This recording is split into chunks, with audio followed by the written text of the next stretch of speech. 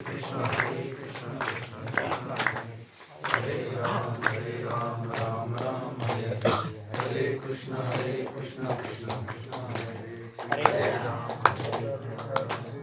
देव तुकाराम पंढरीनाथ भगवान की जय. मौली ज्ञान सद्गुरुनाथ महाराज की जय. आता चाललेलं होतं व्यवस्थित, महाराजांनी मस्त लिंक पकडली होती, पण आता काय त्यांचं मनाचं मोठ्यापणा त्यांना वाटलं अन्नाला थोडंसं बसावा. आणि तुमच्या प्रेमाखातर मी बोलणारा माणूस आहे, आणि बोलायचं तरी काय बोलावं. विठ्ठल पहा विठ्ठल, जीव भावी करा विठ्ठल. येणे स्वसे मन झाले आहोबरी, परत माघारी येत नाही. बंधनापासून उकालेल गाठी देत आली मिठी सावकास. तुका म्हणे देव भरीला विठ्ठले, काम क्रोध घर केले रीते. माय बापांनो, परमार्थ परमार्थ म्हणजे काय? परम असा अर्थ ज्याच्यामध्ये दडला तो ह्या जीवाला आणि समजावं, त्याने समजून त्याचे शेकूर पाहावं आणि तद्रूप तसं व्हावं, याला परमार्थ म्हणतात. आणि ते ज्ञान मग सगळं आता तुम्हाला ज्ञात आहे, यात सगळी सुज्ञ मंडळी आहे. तर ज्ञान ज्ञान म्हणजे आपणाशी पाहूया आपण. ज्ञान म्हणजे काय? आपण कोण आहे याला ज्ञान म्हणतात. आपण कोण आहे? तुम्ही म्हणाल मी श्री, मी पुरुष आहे, मी आमका आहे, मी तमका, हे आपलं अज्ञान. आणि म्हणून तर घोटाळा होतं, म्हणून तर मेळ बसा ना मायबापांना. आणि दुःख तर कोणालाच नको. मग दुःख नकोय तर मग दुःखाला काहीतरी कारण असेल ना, मग ते शोधा ना. दुःखाला कारण काय आहे? दुःखाला कारण शरीर आहे. हे शरीर म्हणजे कसं काय? मग तुम्हाला मी जर म्हणलं या आमक्या, तर राग येतो, कारण तुम्ही या शरीराला मी म्हणतात. मग शरीर जर दुःखाला कारण असेल तर काय कारण आहे? मग शरीर जर आपल्याला दुःखाला कारण आहे, शरीर नको बात करायचं आपल्याला, नकोच म्हटले. मग शरीर हे दुःखाला कारण आहे. मग त्याचा शोध घ्यावा लागल. हे शरीर मिळतं कशाने? आपल्याला काय खाण्यात तोडून काय उपयोग होणार नाही. नाही म्हटलं बस झालं, वासवा मिटला. येड्या, पुन्हा पाऊस पडला तर पन्नास डीर त्याला आणखीन मोठं झाप झालंय. म्हणलं अरे वसवाला नाही पाहिजे, पीक येऊ देत नाही ना वसवा. मग हे शरीर जर मिळाल्याच्या नंतर ह्या जीवाला जर पुन्हा आणि दुःख भोगावं लागतं. 184 योनी जर फिरावं लागतं, त्या योनीमध्ये कुठे जन्म घ्यावा लागतात. दुःख तर नको ना महाराज. मग दुःखाला काय करणे? म्हणजे शरीर. मग शरीरच नको. अरे शरीर नको, पण शरीर कशामुळे निर्माण होते ते जरा मागे जा ना तू. तर शरीर दुःखाला कारण आहे. शरीर नको आहे. मग शरीराला कारण काय आहे? धर्म आणि अधर्म. धर्म म्हणजे पाप, पुण्य. अधर्म म्हणजे पाप. अरे काय संबंध आहे म्हणले? पाप पुण्याचा काय संबंध आहे ना? एकदम जर 99.99% जर पाप असेल आणि 0, बघा बरं का, 0 पुन्हा पॉइंट आणि मायनस म्हणजे काहीच नाही, न्यून्य जर पुण्य असेल ना, शरीर मिळतं माय बापांनो, पण डुकर कुत्र मांजर मनुष्याचं हा देह मिळत नाही. मग त्या देहामध्ये जर आपण विचार केला तर प्युअर दुःख आहे. अरे दुःख तर नको ना बाबा, दुःख नको ना. म्हणजे मग पुण्याने काय? पापाने हे देह मिळतं हा तर भयंकर दुःखाला कारण आहे. मग तर डुकर कुत्र मांजर तर नकोच. इथं जर आता दुःख होतंय म्हणजे पुण्याने काय होतं? पुण्याने शरीर मिळतं ना, मिळतंय शरीर. 99.99% जर पुण्य असेल, न्यून्य जर पाप असेल, तर त्या पुण्याईनं देवाची शरीर मिळतात. म्हणजे काय बोलता? मग तिथं काय काय पाप हे सांगा ना. काय दुःख आहे? स्वर्गाचा राजा होईल ना, इंद्र होईल, इंद्रायणी तिची बायको होईल. अरे पुढे अप्सरा डान्स करतील, कल्पनेचे वृक्ष असतील, अमृताचे झरे वाहतील. हो काही थाट आहे म्हणले. सोन्याचं सिंहासन ऐरावतासारखा हत्ती जर बसायला मिळत असेल, अरे काय दुःख आहे तुम्ही म्हणतात? नक्कीच दुःख आहे. मग सांगा ना. माझ्यासारखा जर खाली बसला, मला स्वर्गाची जर प्राप्ती होत वाटत असेल, मला एक जणांनी सांगितलं स्वर्ग पाहिजे ना राजा तुला, 100 यज्ञ पूर्ण कर म्हटलं. बसलो मी, चाललंय एक एक एक एक 2 3 4 50 60 70 80 90. त्याचं डळ मारायला लागला.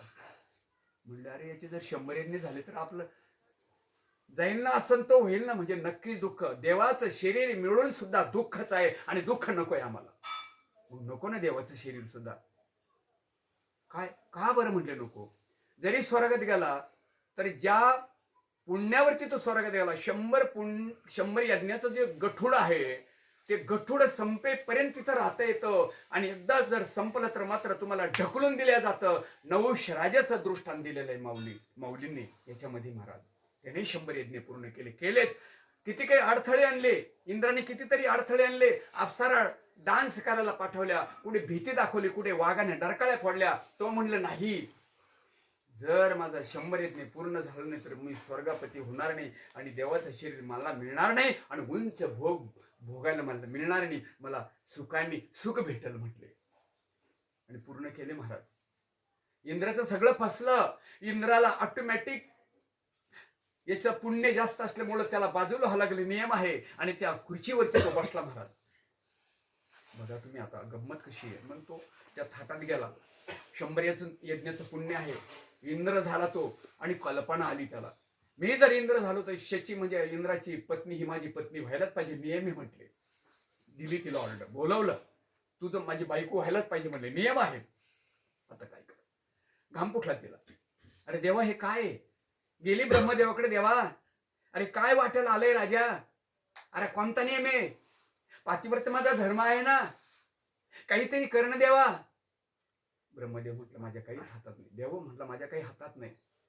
का, अरे त्याचं पुण्य आहे ना, जोपर्यंत त्याचं पुण्य संपत नाही तोपर्यंत मला तिथं हस्तक्षेप करता येणार नाही.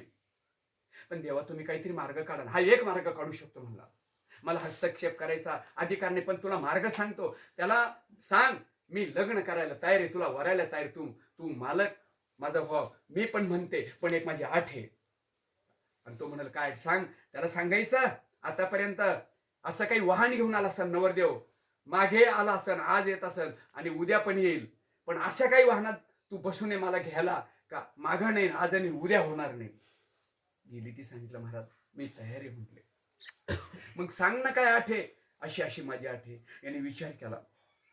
पाठीमागे रथ नेलेला आहे नवरदेव आणि नवरीला आणायला. आता बघतो आम्ही डोलीला नाही का घोडे जुंपले, पुढे एखादा विमानात आणील, पण असं काही वाहन पाहिजे का, भूतो न भविष्य. मग त्याने विचार केला डोली तर जायचं, पण आपण आता काय ऋषी मुनी जोडायचे म्हणले, त्यांच्या खांद्यावर द्यायची.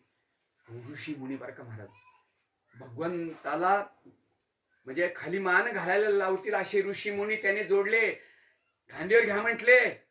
पुण्य होतं महाराज त्याचं. पुढे 4 मागे 4 मध्ये बसला. त्याला घाई झालेली आहे, एवढी रूपवान सुंदर आणि शेची माझी मंडळी होणार, तिच्यापासून मला सुख होणार आणि सुखासाठी धडपडी तुमची आमची ऐका ना मग महाराज. आणि चला चल सर सर सर म्हणजे जोरात चाल. जसं बैलगाडीमध्ये तुम्ही टांगा बसतात आणि बक्षीस मिळवा म्हणून जिंकण्यासाठी त्या बैलांना आऱ्यात टोचतात, दोन्ही तंगड्याच्या मध्ये लाथा घालतात, त्याला पळ पळ बक्षीस मिळणार आहे. तसे याने त्या साधूंच्या दोन्ही मांड्याच्या मध्ये लाथा घातल्या महाराज. सर सर चला चला. कधी मी माळ तिची गळ्यात घाली, मला कधीच ते सुख भेटल महाराज. ऐका, प्रत्येक लाथेला जसजशी त्यांनी लात घातली तस तसं पुण्य संपत गेलं. आणि तिथं गेल्याच्या नंतर शेवटची लात घातली, पुण्य संपलं. तो पुण्याची पावटी सरी इंद्रपणाची उटी उतरू लागे येऊ लागे ती मागरा मूर्ती लोका, तिथूनच टाकून दिला. कुठे पडला, एका जंगलात पडला. आणि सर्प सर्प म्हणत होता, जोरात चाला, तर सापाच्या युनीमध्ये गेला, त्याला सर्प म्हणून फिरावं लागलं महाराज. लक्षात आलं तसं बरं होईल महाराज. म्हणून कोणी मोठा मी देव होईल, मी अमुक होईल, मी तमुक होईल या भानगडीत पडू नका. कुठलं तरी शरीर, देवाचं शरीर मिळून सुद्धा तिथं दुःख आहे, संपलं. मग आता काय करायचं. मग आता एक जणाचं पापांनी पुण्य समान झालं महाराज, त्याला हे शरीर मिळालं. इथंही दुःखाची कोण सुखी सांगा ना. तुम्ही म्हणाल अण्णा आम्ही सुखी आहे, तुम्ही दुःखी असाल, तुमच्याकडे काही नाही. अहो आमच्याकडं 500च्या नोटाचे बंडल आहे, तुमच्याकडे भाड्याला पैसे नसतात, तुम्ही सुखी आहे ना. मग ह्या डबल डबल दरवाजे काल बसवले, कुत्रे भोकल्यावर जागी काय होतात. नक्की दुःखी मला. ज्याच्यात तुम्ही सुख शोधता ते दुःख आहे. आत्ताच भाऊनी सांगितलं, दुःखाने सुखाचा शर्ट घातलेला आहे, त्याच्यामध्ये काय आहे तुम्हाला माहीतच नाही. झालं का संपलं. मग हे शरीर दुःखाला कारण ना, मग शरीर दुःखाला कारण आहे, मग शरीरच नको ना. मग शरीर कशामुळं जन्माला येतं हे दिसतंय आपल्याला. धर्म आणि अधर्म, धर्म म्हणजे पुण्य, अधर्म म्हणजे पाप. मग आता पापही नाही घडलं पाहिजे आणि पुण्यही नाही घडलं पाहिजे ना. बघा तुम्ही किती गंमत, किती सोपा परमार्थ, तो समजून घ्यायचा आपल्याला. आणि आपल्या जीवनामध्ये आपण व्हायबल झालो, असं अस्थिर झालेलो आहे. मग आता पाप पुण्याला, धर्म अधर्माला हो बघा बरं का, काय त्याला टचिंग करतं ते आपल्याला समजलं पाहिजे. हो. आता पाप कशामुळं तयार होतं आणि पुण्य कशामुळं तयार होतं? तर आपल्याविषयी जर कोणी चांगलं बोललं तर आपल्याला बरं वाटतं, आणि जर म्हणले ना हा मूर्ख तर दुःख होतं. हो, मग त्याला हे कारण आहे. आणि म्हणजे बघा बरं का, द्वेष आणि प्रीती. प्रीती म्हणजे प्रेम, द्वेष म्हणजे आपण एखाद्याचं नाही का थोडंसं बोलल्यावर त्याला वाईट वाटतं, हे कारण आहे त्याला. प्रीती, प्रीती प्रेम. प्रेमाने जर बोललो ना, अरे बापरे खूप चांगले येतं, आनंद झाला म्हणजे थोडंसं पुण्याला. आणि इकडं हे म्हणजे बघा, द्वेष आणि प्रीती म्हणजे प्रेम, हे त्याला कारण आहे. आणि पुढे जर गेलो तर ना, अनुकूल प्रतिकूल ज्ञान. बघा तुम्ही ऐका, बारकाईच आता थोडासा उंच विषय आहे, पण आपले साधक आहे समजून घेणारे आहे. आपल्याला दुःख नको त्याच्यावर मला सांगायचं, दुःखाचं निरसन जर करायचे असेल धर्म अधर्माला, आणि हो हे कारण आहे. म्हणजे प्रेमाने जर बोलत सुख म्हणजेच पुण्य, आणि थोडस विरुद्ध जर बोललं तर अधर्म म्हणजे ते पाप, आणि त्या पाप पुण्याच्या संबंधाने शरीर मिळतं. मग आपल्याला अनुकूल प्रतिकूल ज्ञान, अनुकूल आणि प्रतिकूल ज्ञान. अनुकूल बोललं तर ते ज्ञान तयार होतं कोणतं? पुण्याचं. आणि प्रतिकूल बोललं तर इकडं द्वेष म्हणजे अधर्म म्हणजे पाप तयार होतं. मग ते जर त्याला कारण असेल तर मग अनुकूल प्रतिकूल ज्ञानाला काहीतरी कारण असेल ना. मुळाकडे जायचं आपल्याला, शरीर नकोय कुठलंच. आपण बघितलं कुठलं तरी शरीर मिळालं दुःख आहे, दुःख नकोय आम्हाला. तर बघा, भेद ज्ञान, भेद ज्ञानामुळं अनुकूल प्रतिकूल ज्ञान, अनुकूल प्रतिकूल ज्ञानामुळं हो म्हणजे प्रेम आणि द्वेष, आणि त्या दोन्हीमुळं धर्म अधर्म म्हणजे पाप पुण्य, आणि पाप पुण्यामुळं कुठलं तरी शरीर मिळतं. चला, भेद ज्ञान. भेद ज्ञान म्हणजे आपण बोलताना हा असा तो तसा, मग त्याच्यातून आपल्याला अनुकूल प्रतिकूल ज्ञान होतं. आणि मग इकडे ही लाईन बसते, हे शरीर कुठलं तरी मिळतं. शरीर हे दुःखाला कारण आहे. शरीर जोपर्यंत भेटत राहील कुठलं तरी, तुम्हाला ते दुःखालाच कारण आहे. आपल्याला शरीरच बाद करायचे, शरीरच नको. मुळापासून झाड काढून टाकलं तर पुन्हा उभं होणार नाही. मग भेद ज्ञान कशामुळं? तिसरी हा पुरुष हा ज्ञानी, तो अज्ञानी, मी असा तो तसा कशामुळं? 100% तुमच्या त्या आत्मस्वरूपावरती आलेला जो पडदा आहे अज्ञानाचा, त्याचं यथार्थ ज्ञान होणं हे गरजेचं आहे. तिथं भेदच राहणार नाही. अरे तो मी आहे, तो मी आहे, तो मी आहे, तर हे कोण आहेत? हे सगळे तोच आहे. भेद तयार होईल का? हा ज्ञानी, तो अज्ञानी, हा श्रीमंत, तो गरीब, याला काही अक्कल नाही, तो शहाणा, ती स्त्री, हा पुरुष, बिलकुल नाही. मग आपल्या स्वरूपावरती आपलं जे मूळ स्वरूप आहे, सच्चित आनंद, सच्चित आनंद त्याला भगवंत म्हणतात. ते आपलं मूळ स्वरूप आहे. त्याला आपण विसरलो, केवळ त्याच्यावर एक आवरण दोष आलेला आहे, तो म्हणजे अज्ञान. आणि ते अज्ञान घालवायचं साधन ज्ञान आहे, आणि तेवढंच ज्ञान होणं गरजेचं आहे. अंधार जर घालवायचा असेल, बाकी कुठनेच करू नका, अंधाराच्या मागच लागू नका. म्हणले का बरं? फक्त आणि फक्त तिथं बॅटरी चमका किंवा बटन असं ऑन करा, ऑफ आहे ना ते ऑन करा. म्हणले मग कस काय अंधार जाईल? तो अंधारच नाहीये, फक्त त्याचा अभाव आहे प्रकाशाचं, म्हणून अंधार दिसतो. एरवी ज्ञानाचा अभाव आहे म्हणून तुमच्या ठिकाणी ज्ञान आहे. तुम्ही तत्वता तो वासुदेवच आहे, पण हे पटत का नाही? त्या अज्ञानामुळं पटत नाही. आणि अज्ञान घालवायचं साधन म्हणजे ते ज्ञान, हे नाही ते ज्ञान. ते ते ते ज्ञान पैगा बरवे, तिकडे जायचं, ते ज्ञान व्हायला पाहिजे. आणि ते ज्ञान म्हणजेच ते नाम, नाम म्हणजेच देव, ज्ञान म्हणजेच ज्ञानदेव. हो, ही ओळख होणं गरजेचं आहे. आणि ती ओळख होण्यासाठी जो कोण आहे ना विश्वामध्ये, निर्गुण निराकार परमात्मा, तो अजन्म आहे, त्याला जन्म नाही, हे बिलकुल नाही मला.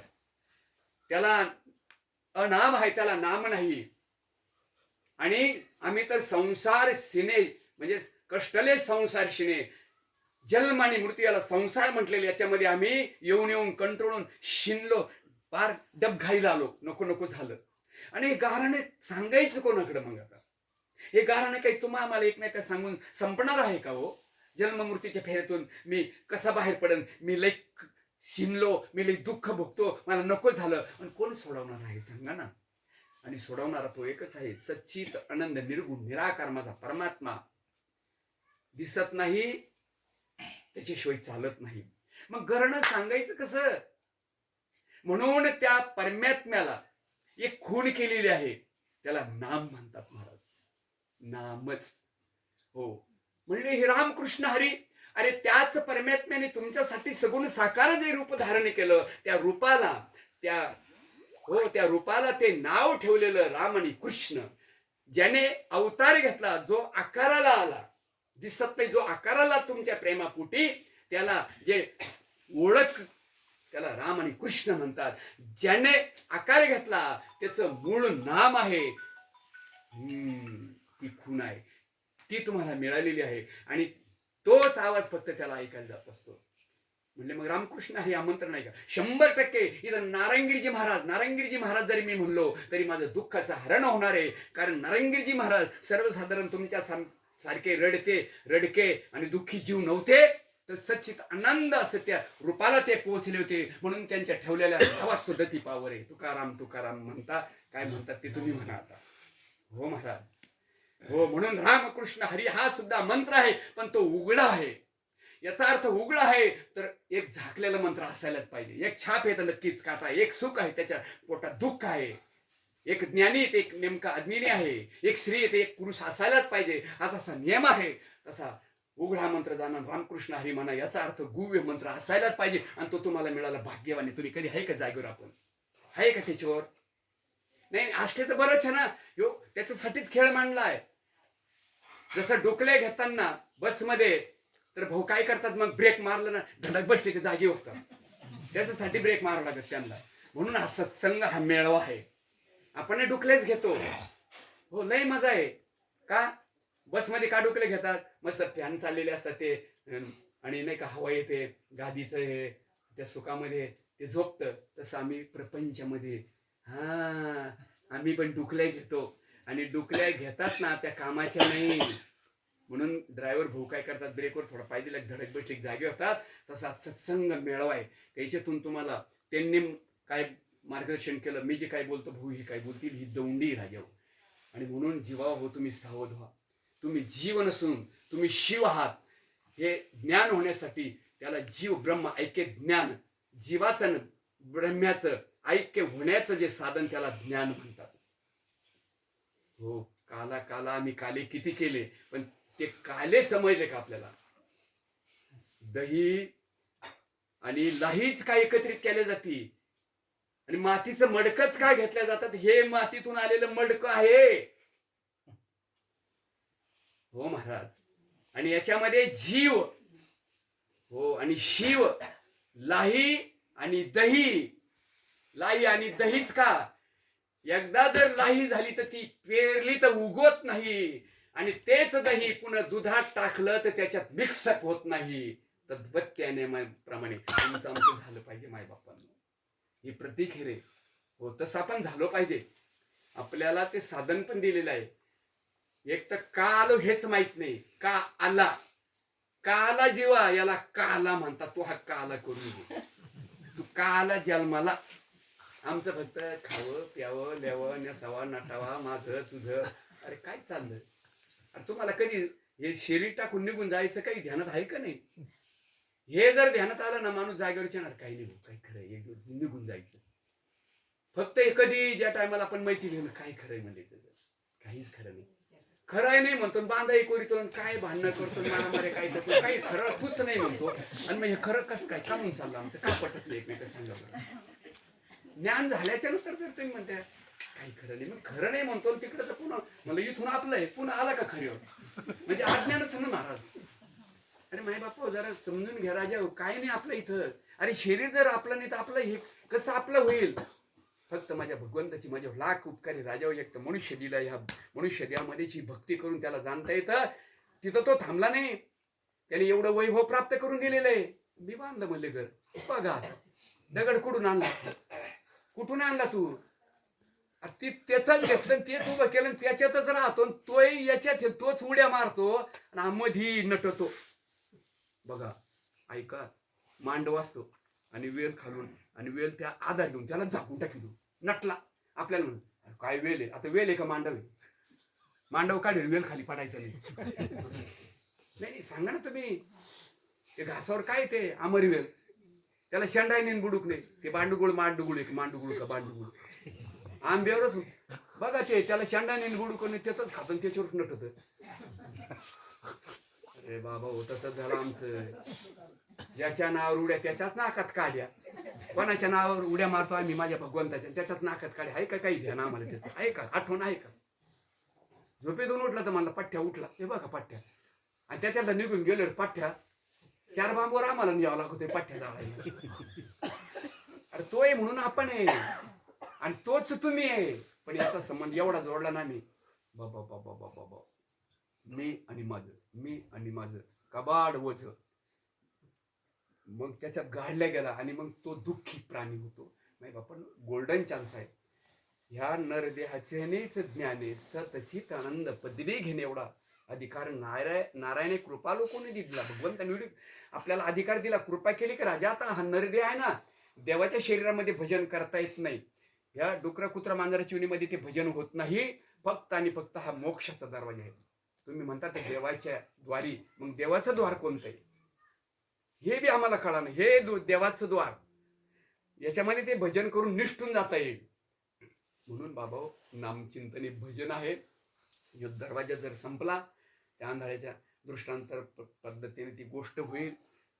भाग्यवान आहे, सगळं त्याने दिलेलं आहे, सगळं शरीर सुंदर दिलं. आपल्यावर 3 कर्ज आहे आम्हाला माहित नाही. एक देव ऋण म्हणजे देवाचं कर्ज आहे, एक ऋषी ऋण म्हणजे संतांचं कर्ज आहे, आणि एक पितृ ऋण म्हणजे आपल्या पित्रांचं एक कर्ज आहे. आता देवाचं काय कर्ज आहे?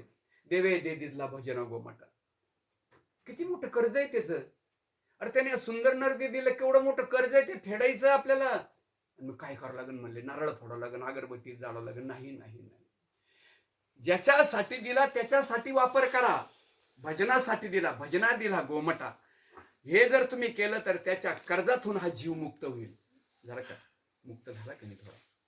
बरं, आता म्हणले ऋषी ऋण म्हणजे संतांचं आपल्यावर कर्ज आहे. काय दिलं त्यांनी आम्हाला? महावाक्याचा बोध केला माई बापांना. वेदांत मधलं महावाक्य दिलं, तत्त्वम अशी.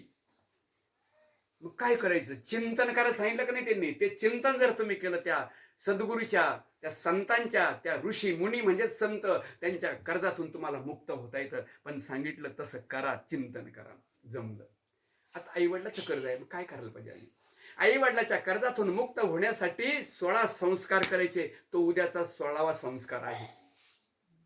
बघा तुम्ही मार्केन जर अभ्यास केला तर सगळं जमतंय. पण आम्ही जिथं हित आहे ना तिथं झोपतो, जिथं अहित आहे तिथं जागवतो. हो महाराज, आम्ही जर म्हणलं करा ना थोडंसं हरिपाठ घ्या, थोडंसं ऐका, तिथं तुम्ही कानाडोळा करणार. पण भांडण चाललं ना, 4 माणसं त्याला ओढायला लागत. खरं सांगत माय बाबा, तुमच्या पाया पडतो, जाऊ द्या सोड. नाही म्हणला सोड, पण त्याचा फायदा काय? जर आम्ही सोडूनच दिला, डोक्या फोडाफोडी होतील, एखाद्याचं मरड होईल, मग काही झंडा लागन का पुढे जाईल? करून बघा तुम्ही, करून बघा, मग कळल. पोलीस गाडी दांडके बसतील जेलमध्ये, हो खडी फोडा लागती. मग पास्ता येऊन काय उपयोग आहे?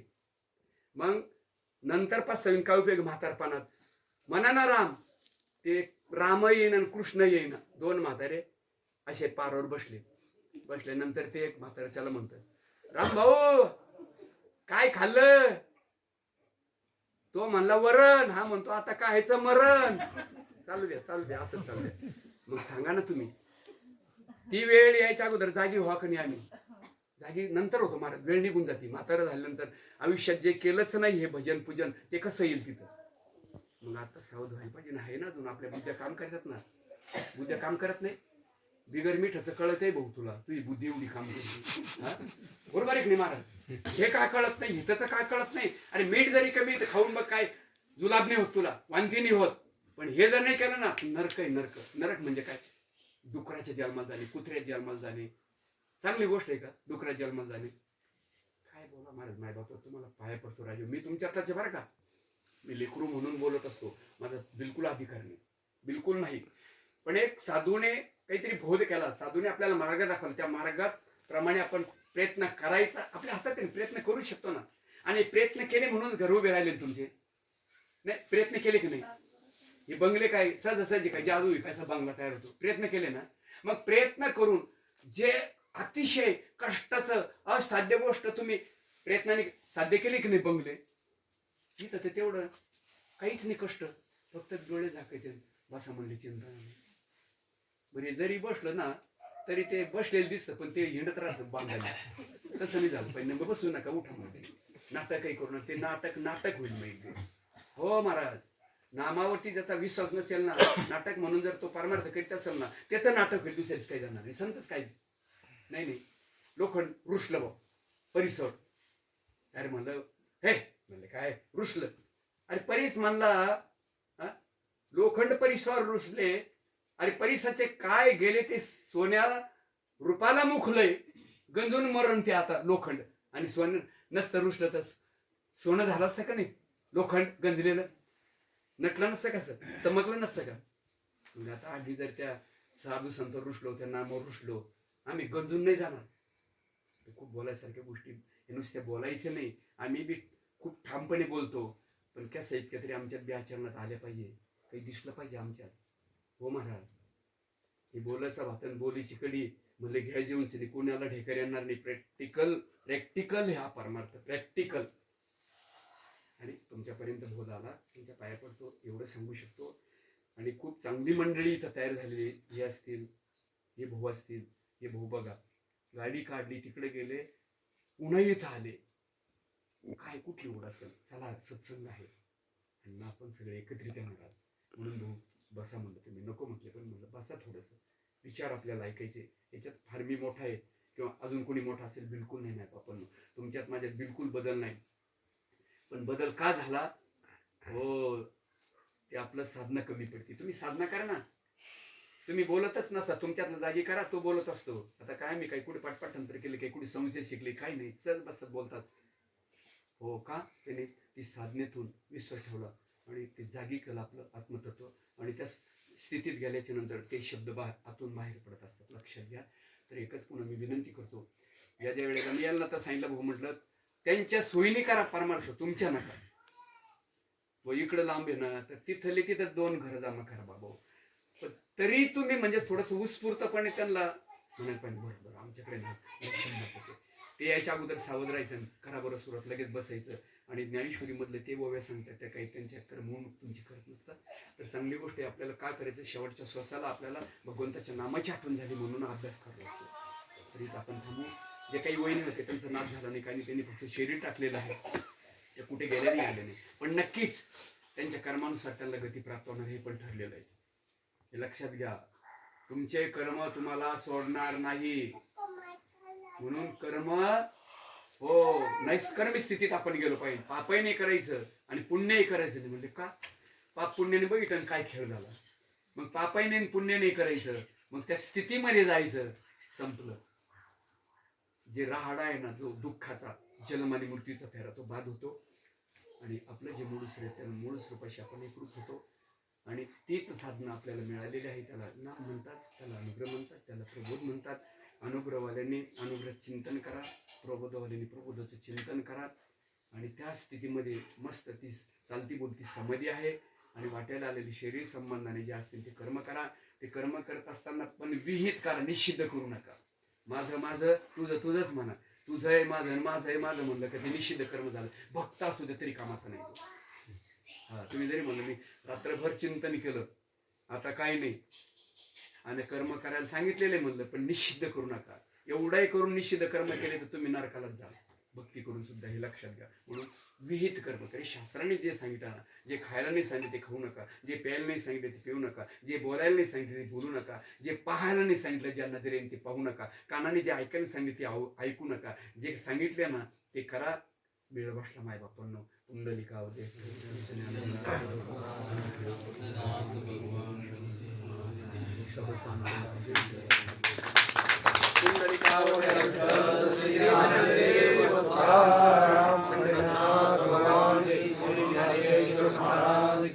संत तुकाराम महाराज शांती ब्रह्म एकनाथ महाराज की जय, सच्चिदानंद नारायण की जय महाराज की जय, सच्चिदानंद श्रीपाद बाबा, रामदास बाबा, नारायण बाबा, रोहिदास बाबा, पंडरंग महाराज की जय, सब संतन की जय।